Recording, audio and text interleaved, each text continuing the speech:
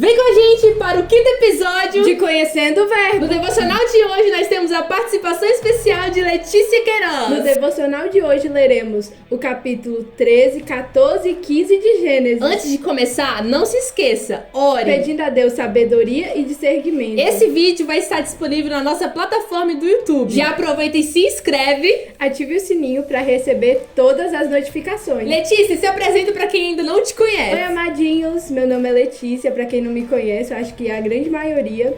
Eu comecei lendo a Bíblia esse ano, li a Bíblia toda, lendo 5 capítulos por dia, junto com Julie, e eu terminei primeiro do que ela. Detalhe! E foi sem dúvida a melhor experiência que eu decidi ter, porque abriu muito a minha mente, eu tive conhecimento e hoje eu sei o Deus que eu sirvo. E a gente hoje está aqui lendo a Bíblia toda pela 2ª vez. Então vem com a gente aprender um pouco mais sobre Deus. O título do capítulo 13 é Abrão e Ló se separam. E Abrão saiu do Egito para o sul, ele, sua esposa e tudo o que tinha, e Ló com ele. Voltando no episódio anterior, no capítulo 12, nós vemos Deus chamando Abrão. Só que tem o detalhe, Letícia. Deus manda ele deixar o país e a sua parentela e a casa de seu pai. Só que em vez de seguir na íntegra o comando de Deus, Abrão leva Ló.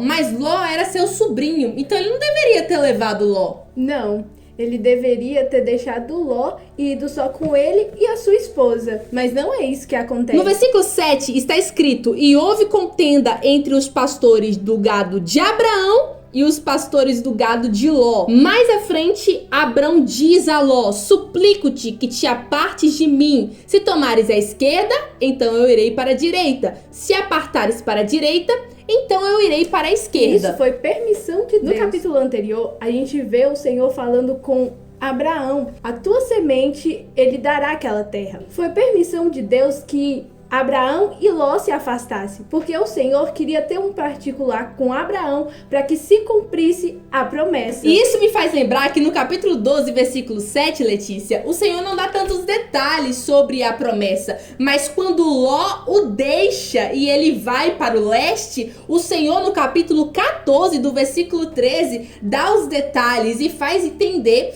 que ele seria pai de nações. E é por isso, Julie, que aqui eu aprendo que é necessário a gente estar alinhado com as pessoas que estão no mesmo propósito que a gente. Exatamente. E principalmente porque Deus dá uma ordem direta. É para deixar a parentela. Como eu disse no episódio anterior, Abrão não conhecia Deus. Ele passou a conhecer Deus no momento em que Deus o convoca. E isso me faz lembrar de Saulo, que no momento do chamado ainda não tinha um encontro, não teve um encontro com Deus. Mas no momento em que Jesus tem um encontro com ele, os olhos dele são abertos, e é no momento que ele fica cego que ele começa a enxergar a verdade. E Deus estava chamando Abraão para se separar, para ele ter esse mesmo particular, da mesma forma como foi com Saulo. Exatamente. No capítulo 14, Letícia, acontece uma guerra e Ló é levado cativo. E no versículo 13 está escrito: e veio um que havia escapado e contou a Abrão, o hebreu. Já no versículo 16, a Bíblia disse assim: e ele trouxe de volta todos os bens e também trouxe novamente o seu irmão Ló, os seus bens e também as mulheres e o povo. Ou seja, Abrão não encontra só Ló, mas também traz de volta os bens, as mulheres e o povo que foi levado cativo. Agora, Julie, a gente vai entrar num ponto muito importante e incrível. Sabe, Julie, e o que eu acho mais interessante é que no versículo 17, depois que Abraão venceu aquela batalha, Melquisedeque, ele vai e dá parabéns para Abrão, dando também pão e vinho. E o que eu acho mais interessante, Letícia, é que Melquisedeque era rei e sacerdote. Ele era rei em Salém, que significa rei de paz. E o nome Melquisedeque, para quem não sabe, é rei de justiça. E isso remete a Jesus Cristo, que ele é rei e sumo sacerdote. E sabe de um fato interessante, Letícia? A primeira vez que a palavra sacerdote aparece na Bíblia é através do nome de Melquisedeque. E ele é o primeiro a receber o dízimo. Partindo para o capítulo 15, o versículo 1 está dizendo assim: depois dessas coisas, a palavra do Senhor veio a Abrão em uma visão dizendo: não temas, Abrão, eu sou teu escudo e a tua recompensa será infinitamente grande. E Abraão disse: Senhor Deus, o que me darás, visto que eu ando sem filhos e o mordomo da minha casa é Eliezer de Damasco?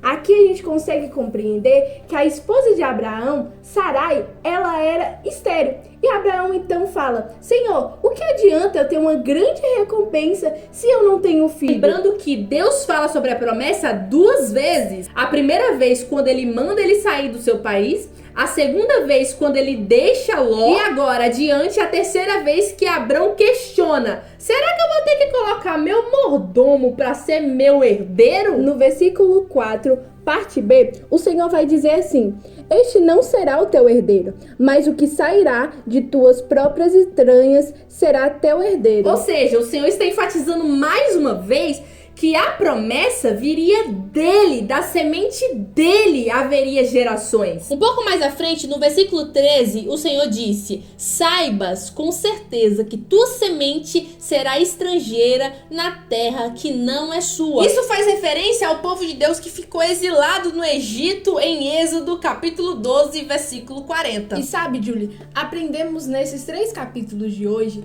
que não devemos dar o nosso jeitinho, devemos obedecer às ordens do Senhor por completo. É por isso, desde o Éden, o Senhor só quer a nossa obediência. Foi a desobediência que tirou o homem e a mulher do jardim. E Sara, tentando dar o seu jeitinho para engravidar, fica para amanhã.